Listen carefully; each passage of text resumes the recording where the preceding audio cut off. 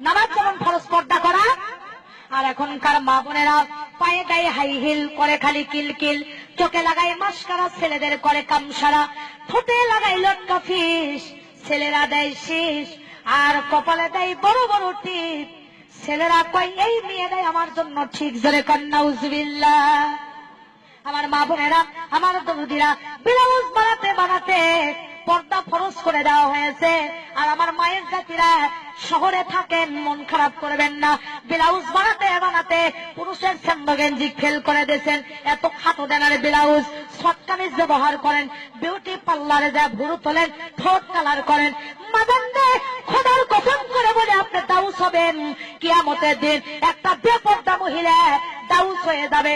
এই দাউস আল্লাহর জান্নাতে যাওয়া তো দূরের কথা, জান্নাতের বাসনাও তার নাকে পাবে না। টাকা পয়সা আলা হয়ে তোমার কোনো দাম নাই। আমার মা বোনেরা, পায়জামা গুলো দেখেন, স্কিন পায়জামা পরে যা দেখতে তল্লাবাসের মতো পাদা শিকল লাগে, মাথার চুল কাছে বানরের লেজের মতো করে দেয়। ধরে বলেন ঠিক না ঠিক? বোরকা যে পর্দার জন্য গো, সেই বোরকা গাওয়াত দিয়ে রন্না খান গলায় পেতে দেয়, বুকের উপর দেয় না, মাথায় কাপড় দেয় না। আমি আমার ভাষায় নাম রাখছি, এরা হলো তনসেল বারা মুসলমান। এদের স্থানটা হবে তাসলিমা নাসরিনের সাথে জাহান্নামে। জোরে জোরে বলেন ঠিক না বেঠি? আমার বাজান, হক কথা বলতেছি, আমি বক্তাকে আর দাওয়াত করবেন না, তাতে যায় আসে না, কিন্তু আজকে তো আপনাদেরকে বলার সুযোগ পাইছি। জোরে বলেন ঠিক না ঠিক? বাজান রে, পর্দা করা ফরজ, কেউ জানবে হায়া, বেপর্দা করে চলবা না।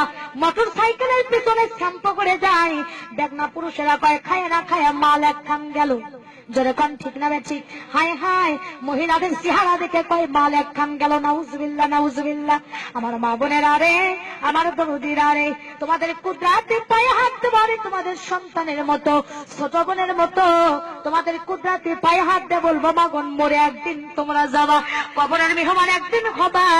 তোমরা জান কেউ নামাজ ছেড়ে দিও না, আর ফরজ পর্দা জান তোমরা কেউ ছেড়ে দিও না।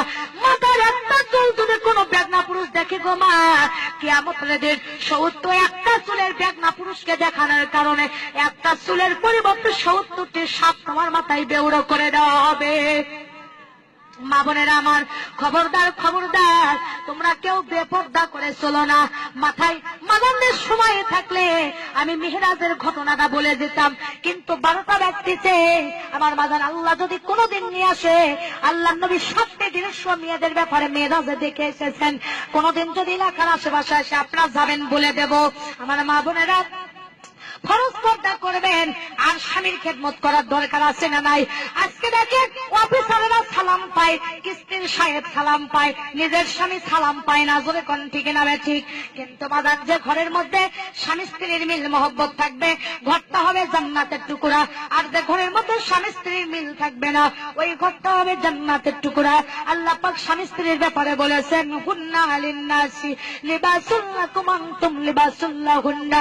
স্বামী হলো স্ত্রীদের লিবাস, আর স্ত্রীরা হলো স্বামীদের লিবাস। দুইজন দুইজনকে লিবাস হিসেবে বলা হয়েছে। রে আমার মায়ের জাতিরা, আপনারা যা একে অপরের লিবাস।